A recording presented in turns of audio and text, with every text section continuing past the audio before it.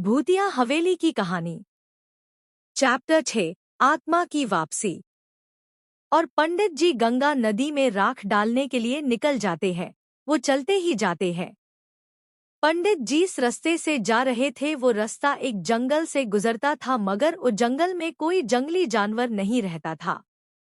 मगर उस जंगल की मिट्टी लाल थी, इसलिए पंडित जी धीरे धीरे चल रहे, कहीं वो गिर ना जाए। पंडित जी उस जंगल को भी पार कर लेते हैं और नदी उनसे कुछ दूर ही होती है। अचानक पंडित जी एक पत्थर से टकराते हैं और नीचे गिर जाते हैं। और उनकी पोटली कुछ दूर जाकर गिर जाती है, और उस पोटली में जो लाल कपड़ा जिसमें उस आत्मा की राख थी, वो पोटली में से राख निकलकर नीचे मिट्टी में गिर गई। पंडित जी वहां से दूर भागने लगे। उन्हें पता चल गया कि वो आत्मा फिर से वापस आएगी, और तभी उस राख गिरे हुए जगह की जमीन फटने लगी और अंदर से एक काला धुआं निकलने लगा। धीरे वह काला धुआं बढ़ने लगाता है और पंडित जी जोर से भागने लगे, और उसका ले धुएं से वह आत्मा प्रकट हो गई। वह पहले से काफी विशाल रूप धारण कर चुकी थी, उसकी शक्ति भी बढ़ चुकी, और वह आत्मा हंसते हुए पंडित जी से कहती है, हा हा हा, देख पंडित, मैं वापस आ गई। अब मुझे तू नहीं मार सकता। मैंने कहा था ना तुझे, मैं तुझे नहीं छोड़ूंगी। भाग ले, कितना भाग सकता है, मैं भी देखते हूँ आज तू कैसे बचेगा। हा हा हा। वह आत्मा उस पंडित के पीछे लगती है। पंडित जी भागते रहते हैं, और अचानक से फिर से पंडित जी का पैर एक छोटे से गड्ढे में अटक जाता है और वो नीचे गिर जाते हैं। वह आत्मा पंडित जी के पास है, आकर कहती है, क्या हुआ पंडित जी, आप थक गए या और भागना है। पंडित जी कहते हैं, मुझे माफ कर दो, छोड़ दे, मुझे मत मारो, मैं उस गांव में कभी वापस नहीं आऊंगा। कृपा करके मुझे क्षमा कर दो। आत्मा कहती है, अच्छा, मैं तुझे 15 मिनट का समय देती हूँ। अगर तो उस 15 मिनट में गांव में नहीं पहुंचा तो तुझे मार दूंगी।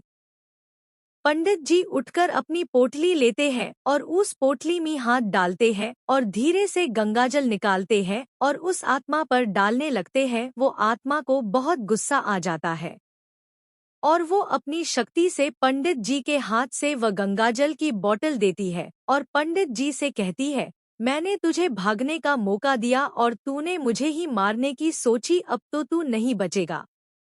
वह आत्मा पंडित जी को बहुत मारती है और उनका गला काट देती है, और कहती है, मैं आ रही हूँ गांव वालों, मैं तुम्हें नहीं छोड़ूंगी। तुम सब ने मिलकर मुझे मारा था ना, मैं किसी को भी नहीं छोड़ूंगी। हा हा हा। वो आत्मा अब एक डायन बन चुकी थी, और वहां उस रात को गांव में जाती है। वो तीनों दोस्त रवि, श्याम और रमेश उसी गांव में उस बूढ़े आदमी के घर में रुक गए थे। वो डायन गांव में रात को घूमते हुए उस हवेली की तरफ जाती है तो वो देखती है कि हवेली तोड़ दी गई है। उसे बहुत गुस्सा आता है। वो कहती है, गांव वालों, मैं तुम्हें नहीं छोड़ूंगी। तुमने इस हवेली को तोड़ दिया, मगर मैं फिर से बनाऊंगी। हा हा हा। एक गांव वाले को बाहर से कुछ बड़ाने की आवाज आती है। वो उठकर अपने खिड़की से बाहर देखता है, मगर उसे कुछ नजर नहीं आता। तब वह हवेली की जगह पर देखता है तो उसे एक काली साड़ी पहने हुए सफेद खुले बाल छोड़कर औरत उस हवेली के जगह पर खड़े होकर हंस रही थी। तभी वह डायन उस गांव वाले के घर की तरफ देखती है। वह गांव वाला उसका भयानक चेहरा देखकर डर जाता है। उसको यकीन नहीं होता कि वहां कोई खड़ा है। वह अपनी आंखों को पोंछकर उस तरफ देखता है तो उसे वाहन कोई नहीं दिखाई देता। उसे लगता है कि उसने जो कुछ भी देखा वह उसका वहम था, और वो सो जाता है।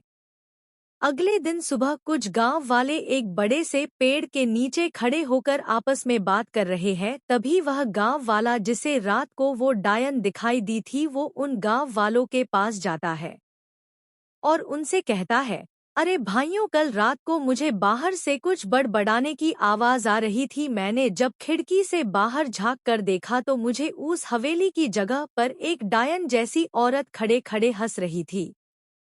उनमें से एक गांव वाला कहता है, अरे भाई, वो तुम्हारा वहम होगा। तो वो कहता है, मैंने भी यही समझा। तभी दूसरा गांव वाला कहता है, हाँ, वह तुम्हारा वहम ही होगा।